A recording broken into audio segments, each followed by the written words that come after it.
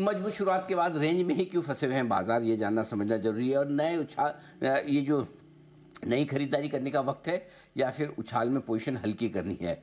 अब अगला बाजार का मजबूत सपोर्ट कहाँ नजर आता है, किसके नीचे नहीं जाएंगे, ये थोड़ा भरोसा रख सकते हैं, आप मान सकते हैं ऐसा। और किन लेवल्स के ऊपर बंद होने पर थोड़ी और मजबूती कल के लिए तेजी और बनती हुई दिखेगी। किस लेवल पर अगर इंट्राडे में बाजार ऊपर आते हैं तो पोजीशन आपको हल्की करनी चाहिए तेजी की तरफ। और क्या आज की जो तेजी दिख रही है आपको, इस तेजी में क्या ये मान लें कि मिड कैप और स्मॉल कैप शेयरों के अच्छे दिन लौट आए हैं, क्योंकि जिस तरह की तेजी ब्रॉडर मार्केट में हो रही है वो बहुत कम देखने को मिलती है, जो आज आपकी स्क्रीन पर साफ नजर आ रही है। ये है आज के कुछ बड़े सवाल हैं जी। लेकिन सर सबसे पहले तो यही समझना चाहेंगे कि शुरुआत अच्छी हुई, लेकिन फिर ये दायरे में फंसकर हम क्यों रह गए, क्या कारण है इसके पीछे? देखिए, दायरे में फंस के रहने का मतलब, इसे मैं फंसा हुआ नहीं मानता हूँ ऑनेस्टली। क्या होता है कि जब आप गैप से खुलते तो आपके लिए सबसे बड़ा चैलेंज क्या होता है? सबसे बड़ा चैलेंज ये होता है कि आपको गैप को बचा के रखना है। दूसरा बड़ा चैलेंज क्या होता है कि गिरे अगर आप गैप से खुलने के बाद, और स्पेशली ये बाजार का मूड माहौल थोड़ा सा फ्रेजाइल हो, थोड़ा सा वोलेटाइल हो, बहुत ज़्यादा कॉन्फिडेंस वाला नहीं हो, जैसा कि अभी का आजकल का मार्केट चल रहा है, तो फिर आपको है ना जो पहले सपोर्ट लेवल है उस पर रुकना चाहिए, ये दूसरी बात।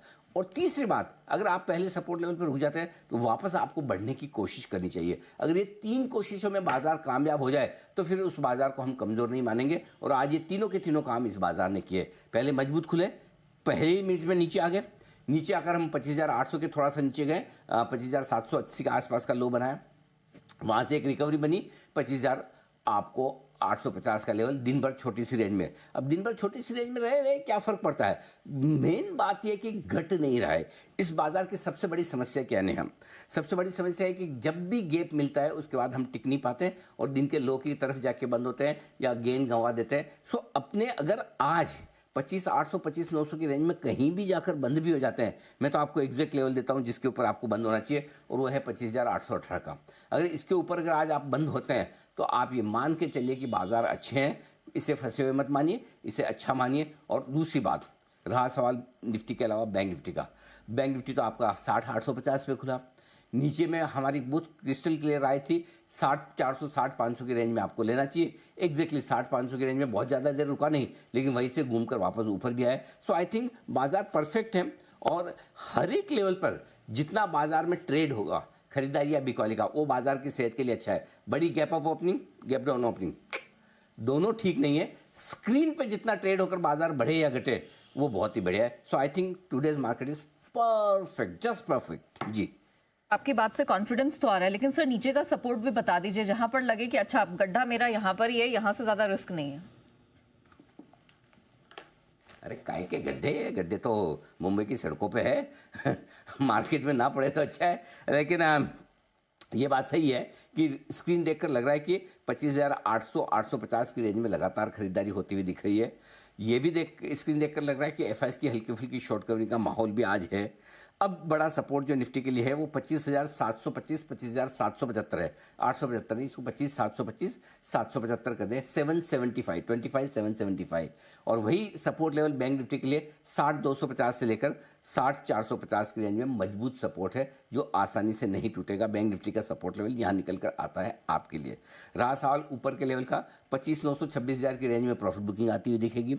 ऊपर में 60,000 800 61,000 की रेंज जो बैंक निफ्टी के लिए, वो प्रॉफिट बुकिंग की रेंज के तौर पर लेकर चलें।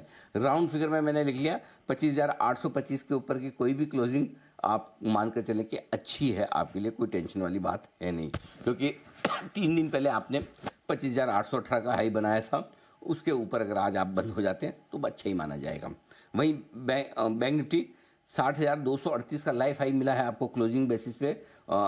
अगर माफ़ कीजिएगा, ये 4 फरवरी को था, अगर उसके ऊपर कोई भी क्लोजिंग मिले तो अच्छी मानी जाएगी, लेकिन 60,450 की मिल जाए तो बहुत ही मज़ा आ जाए। मैं तो 60,238 के ऊपर कोई भी क्लोजिंग नेहा लेने को तैयार हूं, लेकिन 60,450 की मिलेगी तो ये मान के चलिए पुराने हाई को, वो 61,743 का जो हाई बनाया ना, मैं उसको हाई नहीं मानता। वो गैप अप ओपनिंग में है ना, जहाँ ट्रेड नहीं हुआ वो एकेडमिक हाई है। एक्चुअल हाई अभी भी अपना 50,437 का है, उसके ऊपर बंद होने पर एक बढ़िया तेजी के लिए बैंक निफ्टी और तैयार होता दिखेगा। तो इन लेवल्स पर आपको रखनी है ना सर जी। Sir then I am a little curious, अगर दिग्गज अच्छा कर रहे हैं, आप हमेशा कहते हैं कि ब्रॉडर मार्केट्स का वजूद दिग्गजों से है, तो मतलब अब इनके भी रिटेल के लिए शॉपिंग के दिन आ रहे हैं, इजंट इट? देखिए, दिग्गज शेयरों के लिए अगर समय अच्छा है तो मिड कैप स्मॉल कैप अपने आप कर लेगी। देखो, स्मॉल कैप इंडेक्स तो अभी भी टॉप से अपने 15-16% नीचे है, लाइफ हाई से। सो इसलिए उनका तो रिकवरी करना बनता है।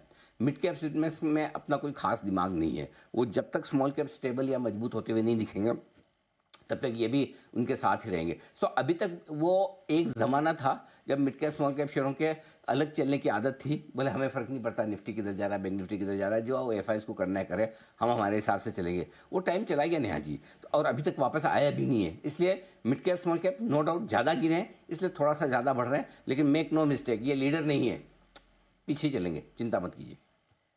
आइए अब जान लेते हैं कुछ स्टॉक्स के बारे में। वक्त हुआ है स्टॉक इन एक्शन का।